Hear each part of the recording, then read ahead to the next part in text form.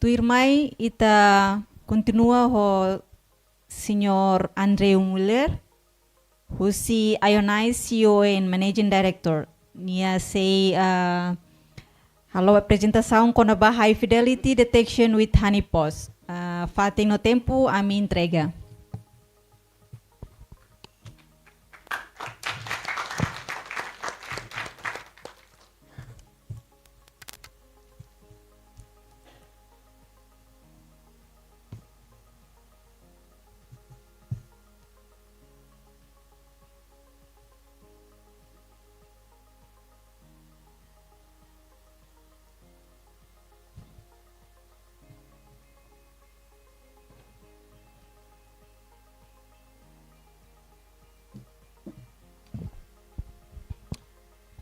Bon dia. My name is Andrew Muller from Ionize. While we're waiting to get up the slides, I wanted to thank everyone for their hospitality. This is my second time to Timor-Leste. It's been a lot of fun. I sat through the workshops yesterday. Apparently I was a legitimate participant. I've got a certificate to prove it, although my participation was low. What I'm going to be talking about is probably most helpful to those who were in the workshops, but it will be useful to others as well. I'm a pragmatist. I'm a practical person. What that means is I try to make things very simple. So if there's, this is a complex field, as we saw over the last 2 days through the workshops. Network security is incredibly complex, very complex. So we need to try and make and do things that are very, very simple. As we saw through Dave's presentation, BGP security, that cooked my noodle. They're very, very complex, obviously very important, but yeah, always keen to find very, very simple ways to improve network security. Are we getting closer to getting the slides up?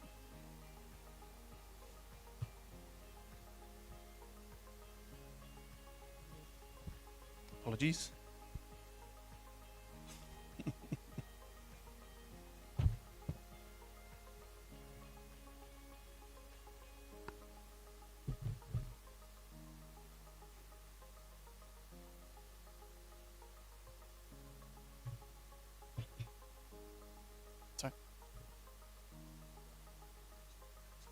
Oh, yeah, okay. Excellent. Again, while we're waiting, who put up your hand if you've heard of honeypots? You've heard of the term. Put your hand up if you've used them before, used them in anger. Yeah, excellent. They're not, many of us have heard about honeypots, but few of us have really used them in anger. Excellent. So this will change the slides as well. Excellent. Okay, very good. So the title of my talk, High Fidelity Detection with Honeypots, gives you some idea of what I'm trying to do through this talk. It is when we are building detections and we're trying to detect malicious activity in our networks, we're on the back foot. I think that throughout the workshops, Warren mentioned that we have to get things, or was it Afan said, we as defenders have to get things right all of the time, whereas an attacker only has to get it right once. So we are already we're at a disadvantage in this game. So what I'm suggesting with this application of honeypots is rather than searching for the adversary, is let them come to you. And the way that you can get them to come to you is by thinking about what are they after, what are they looking for, what do they want. So you have to think like a thief in some respects to understand what they are looking for. So we're constantly trying to detect malicious activity. So there was, through the workshops yesterday, setting up log repositories, collecting the logs from firewalls, from servers, all of your devices in your network. You build a pool of logs and that's all wonderful. The next problem is you have to be able to look through them and search through them, which is incredibly difficult. If you're looking for new sorts of malicious activity that's not been seen before, you are very unlikely to find it, very unlikely. Something that makes this even harder still is the living off the land techniques, which make this very difficult. What living off the land is simply using all of the tools that are within the operating system to do what you need to do. What this usually means is that the attacker will use a regular account, will use the administrator account, or someone who has elevated privileges in your network. They will just use that account. It will look perfectly normal. There won't be any buffer overflows. There won't be any exploits flying around the network. It'll all look perfectly legitimate. And that is a problem. How do you detect that when it looks like perfectly normal activity? It's next to impossible. So why look for adversaries? Why look for these attackers, these thieves, these bad people when they can come to you? So the concept of honeypots is not new. It's not at all new. It's quite old. It's a few decades old. It's now got a new term, deception technology, just to make it sound a little bit cooler, because honeypots didn't sound cool enough. And through this talk, I wanted to present a really cheap and easy way to detect malicious activity in your network. A very, very easy way.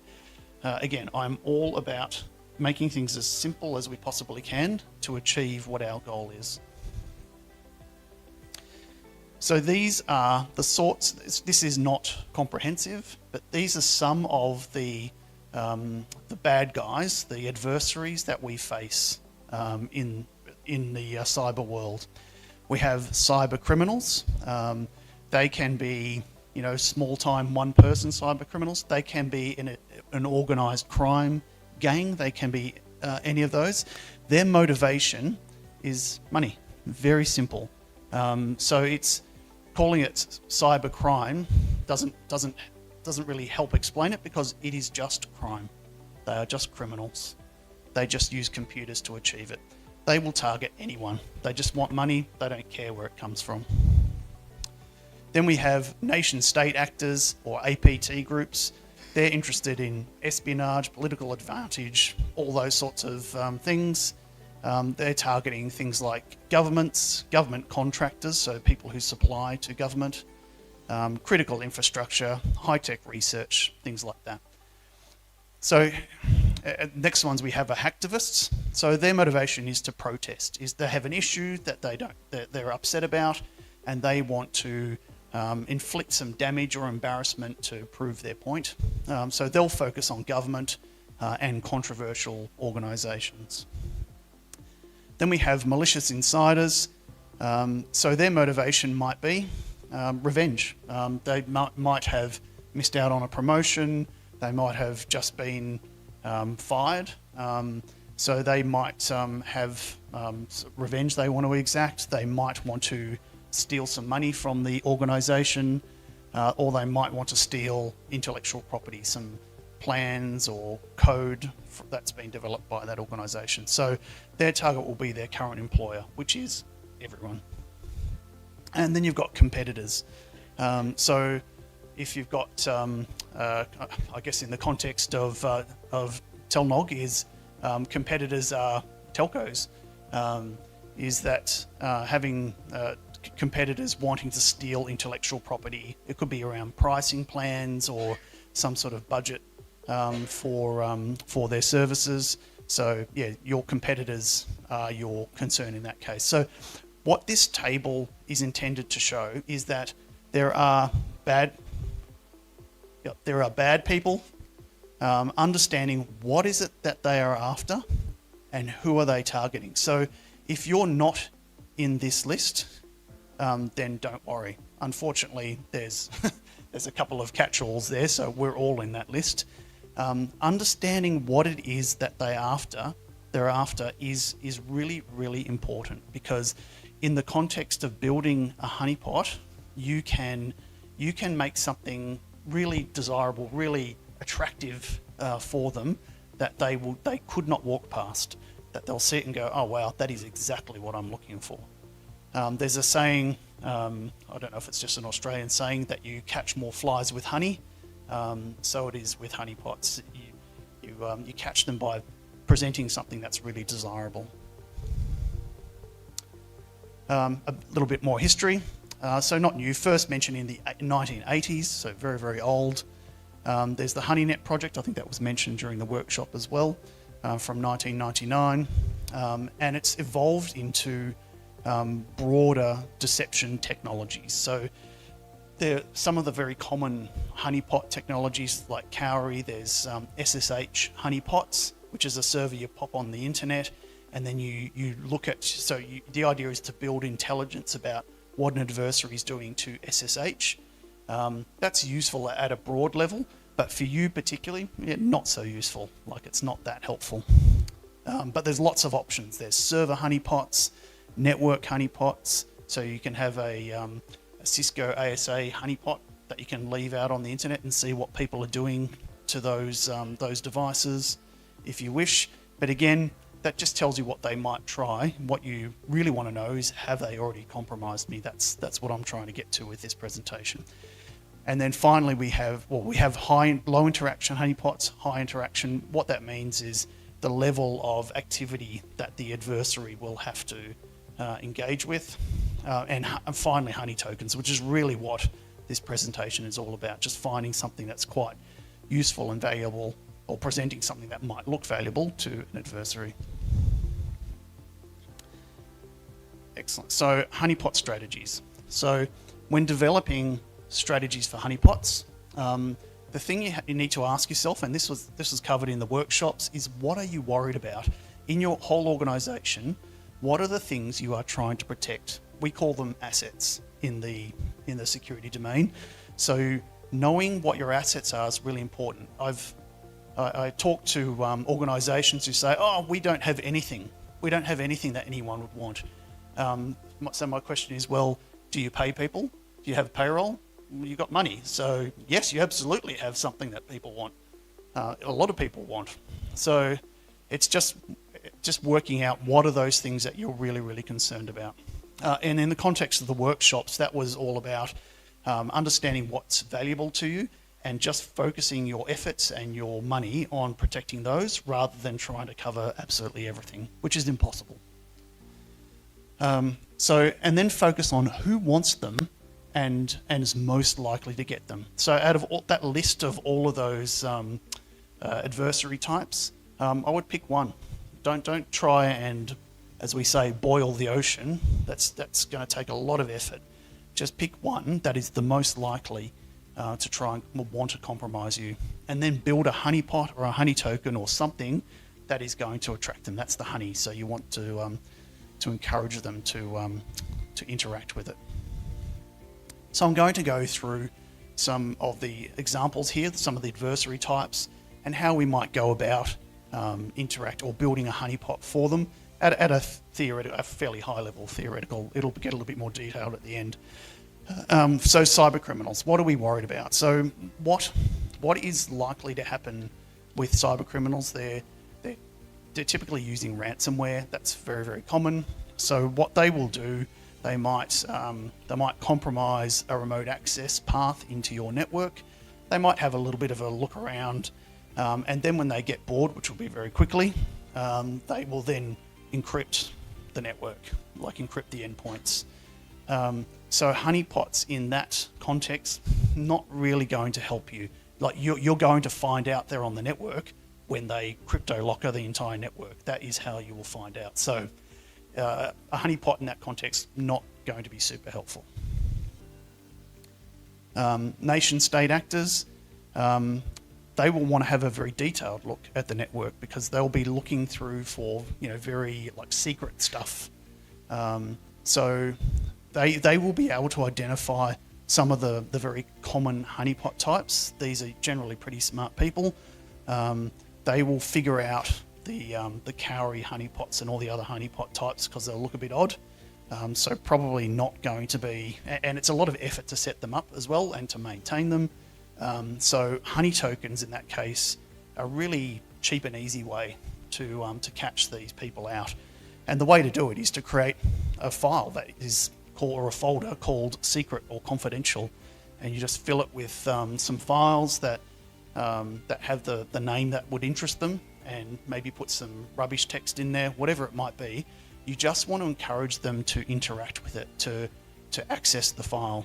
As soon as they open it and see it's rubbish or it's maybe not as sensitive as they thought, they'll move on. But we're trying to get them to touch these files, so then we know, okay, and the idea behind these secret and confidential folders is that they not be part of your day-to-day business.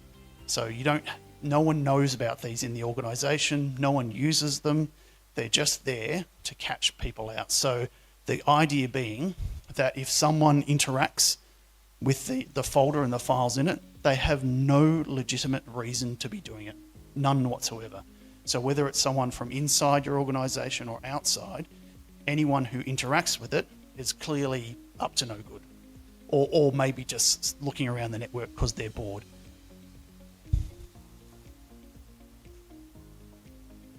In the case of hacktivists, very similar, except they won't identify the honeypots. They'll be probably lower skilled. They will have a bit of a look around the network. They'll be looking for things to support their cause, to embarrass the government or an organisation. Again, Honeytokens, very, very easy to deploy, and you'll do something similar. So if you're worried about a particular hacktivist group, whatever issue it is that they're concerned about, could be they object to a war in a certain part of the world.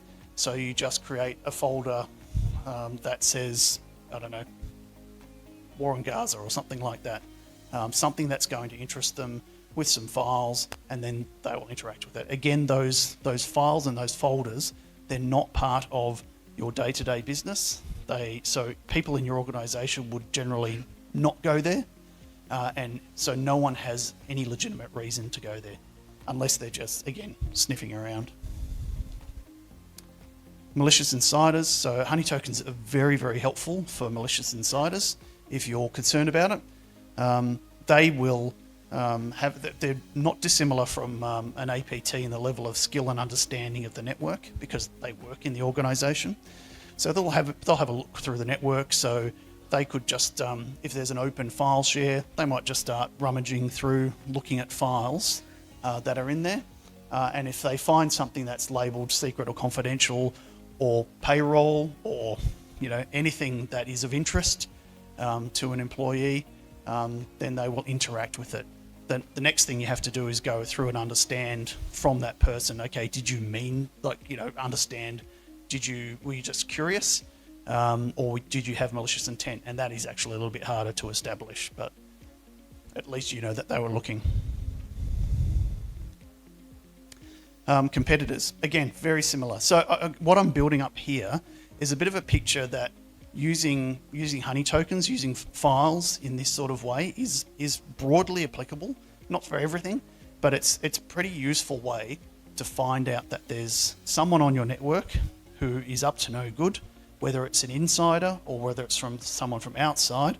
But it's one of the most simple ways to determine that something's going on your network, because we get through IDSs, through network intrusion detection systems and firewalls, we get thousands or millions of alerts of things, this could be bad, but most of them aren't. So I call that a low fidelity alert.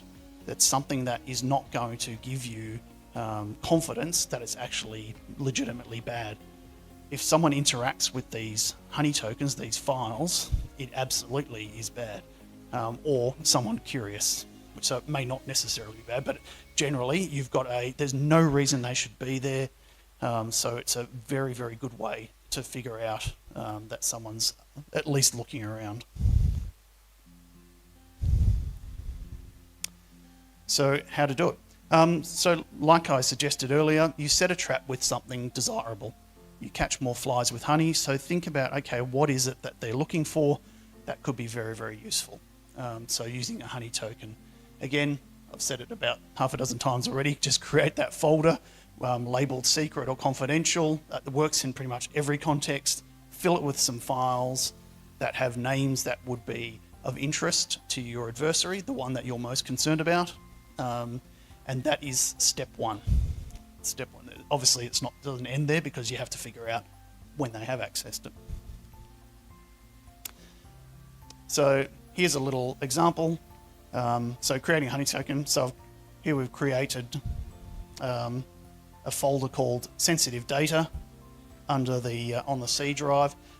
C drive's a bit unrealistic. It would normally be on a file share because everybody can access it. You could probably constrain it to a certain group of users or something if you're worried about a particular insider. Oh, what's going on? And I've called the file confidential. That one's got nothing in it, but this is just all about the concept. Oh.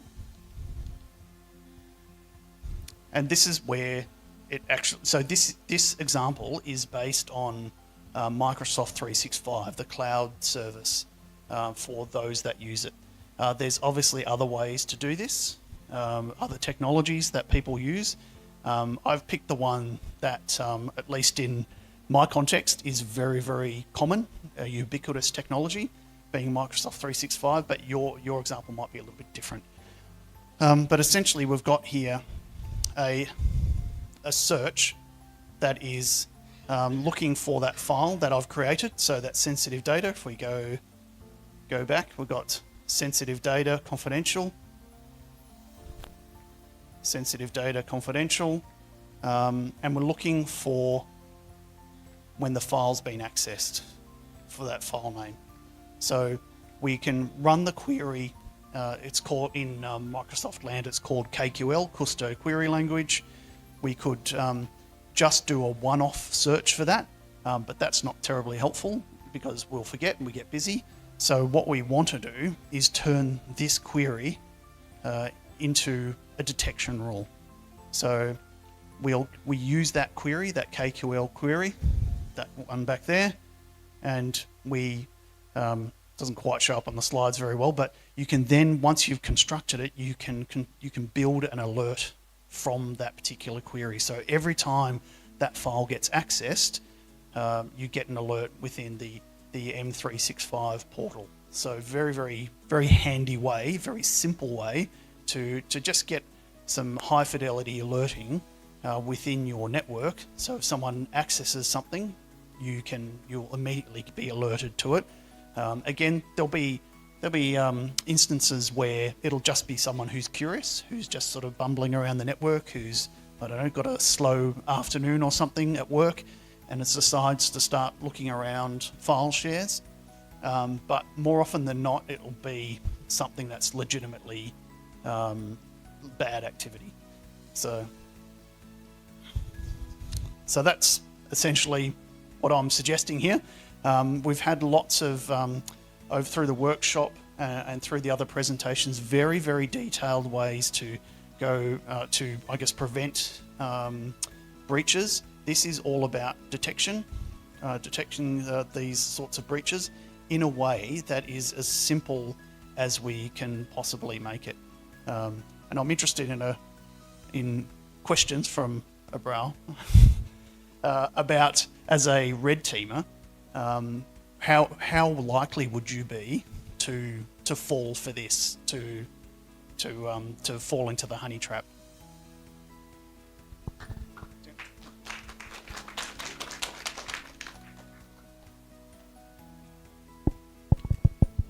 Sorry, you repeating? So through all of that, how likely, as a red teamer, how likely is it that you would fall into that trap? Fall into the trap of honeypot. Okay. First of all, if I exploit it, and then I try to find the environment of is it honey trap environment or not? So if it is a honeypot environment, and I leave it, I find another system. Yeah. That's what. Yeah. So if it's a honeypot environment, like a cowrie server, So but if there's a file like a honey token, how likely do you think you would be to to access that. If you're looking around, you've compromised an endpoint, Yes. and you're looking for, to demonstrate impact to the organisation, would you easily fall into that? Do you think?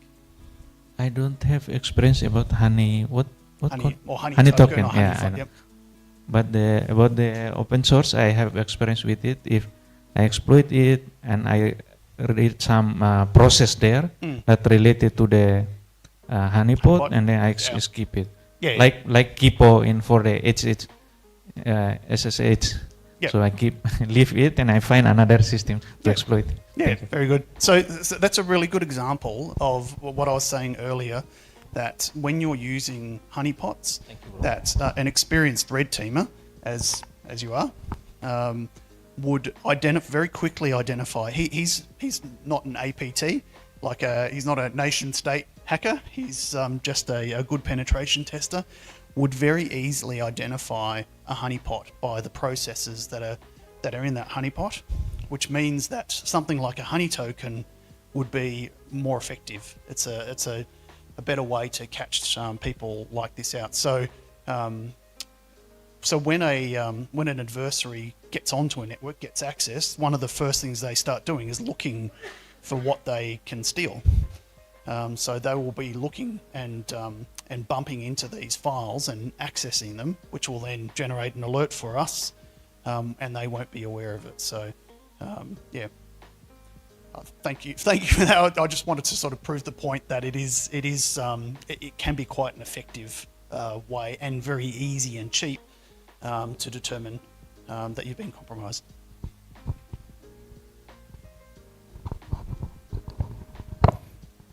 Okay, thank you. So can you share us the best practice we want to implement in our local network? Thank you. Thank you. I would have to ask you a question for your question, which is I don't know your network. So if it's all on-prem, you would have to work out a different way of doing it. You'd have to generate some sort of logging from your file server to be able to search it and alert on it. So it would just depend on your environment if it was on premises. Yeah, so I understand. So I guess quick show of hands, who has a not a cloud network, as in all on premises? Do you have all on-prem? Is that most common, Jose? Yeah, most. Yeah, okay, yep, thank you.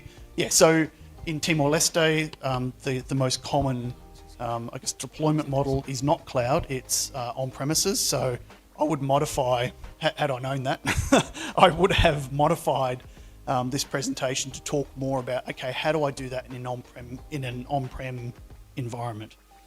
Because it still applies in on-premises environment, but we can talk later. We can share WhatsApp and talk about ways to do it in an on-premises environment.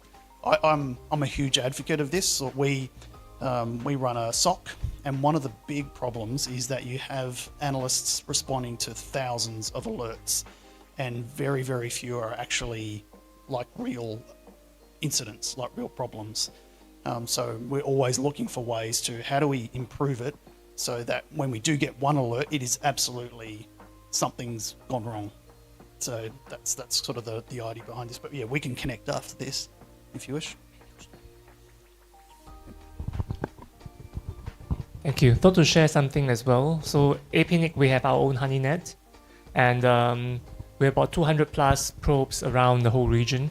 So there are two pieces to this. So the first is with our HoneyNet, it can detect which AS number we got a malicious attack from.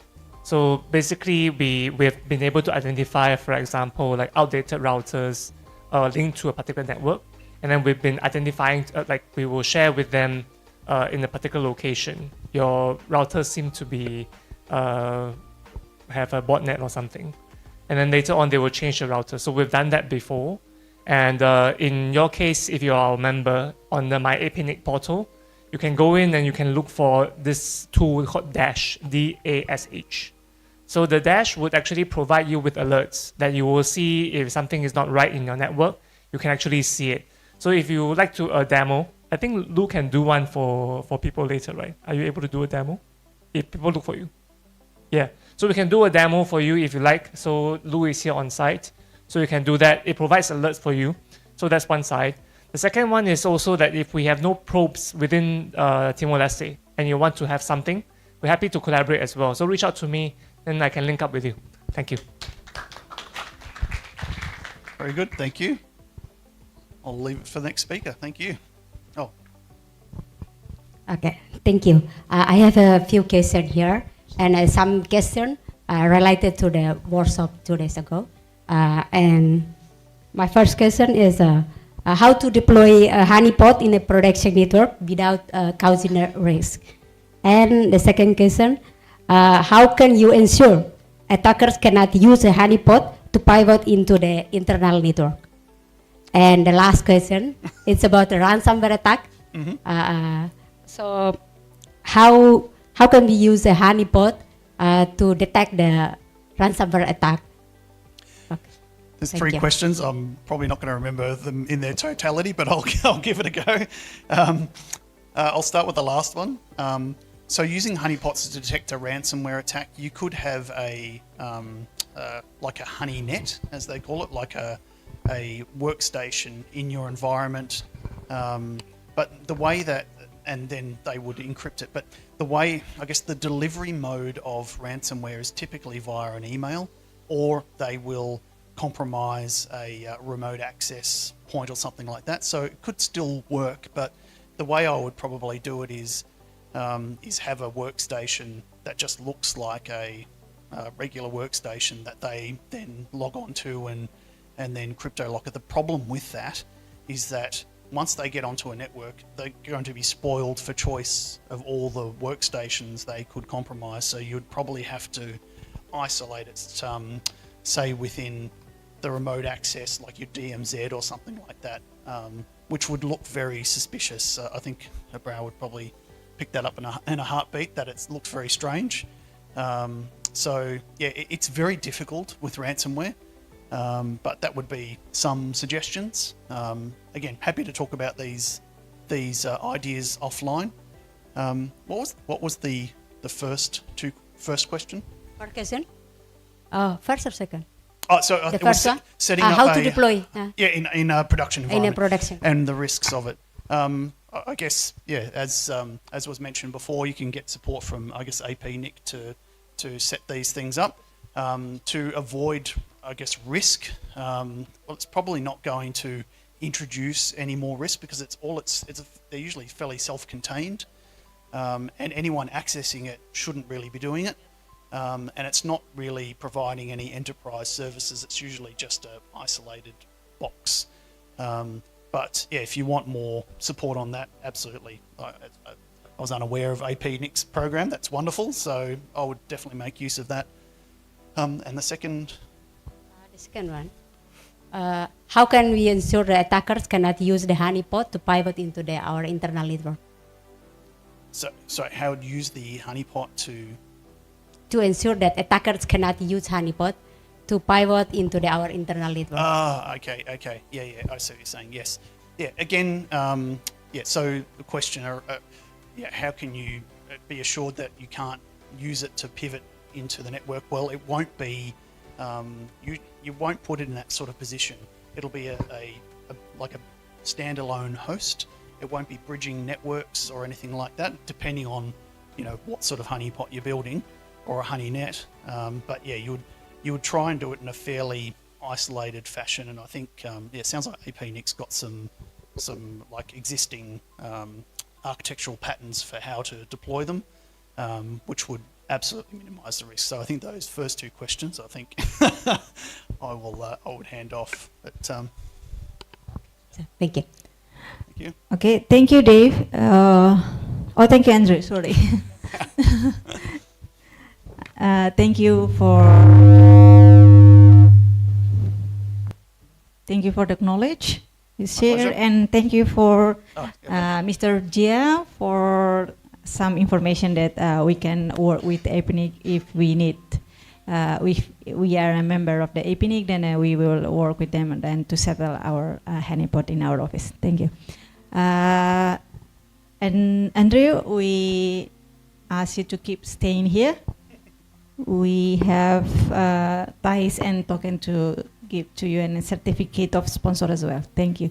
And we cordially invite Mount Zedias to give the present. Thank you.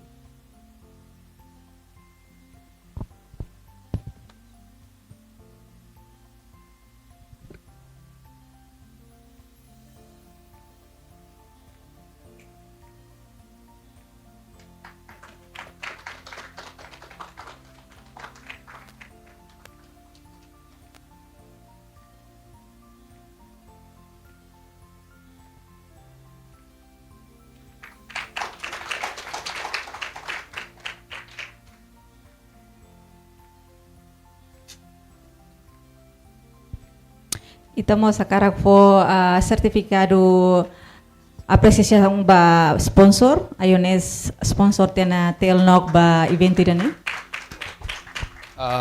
Before that, I would like to say that usually we left this thing to the last part because unfortunately Andre has to leave us early to catch his flight to Australia. So we have to hand over here first. Thank you for your understanding.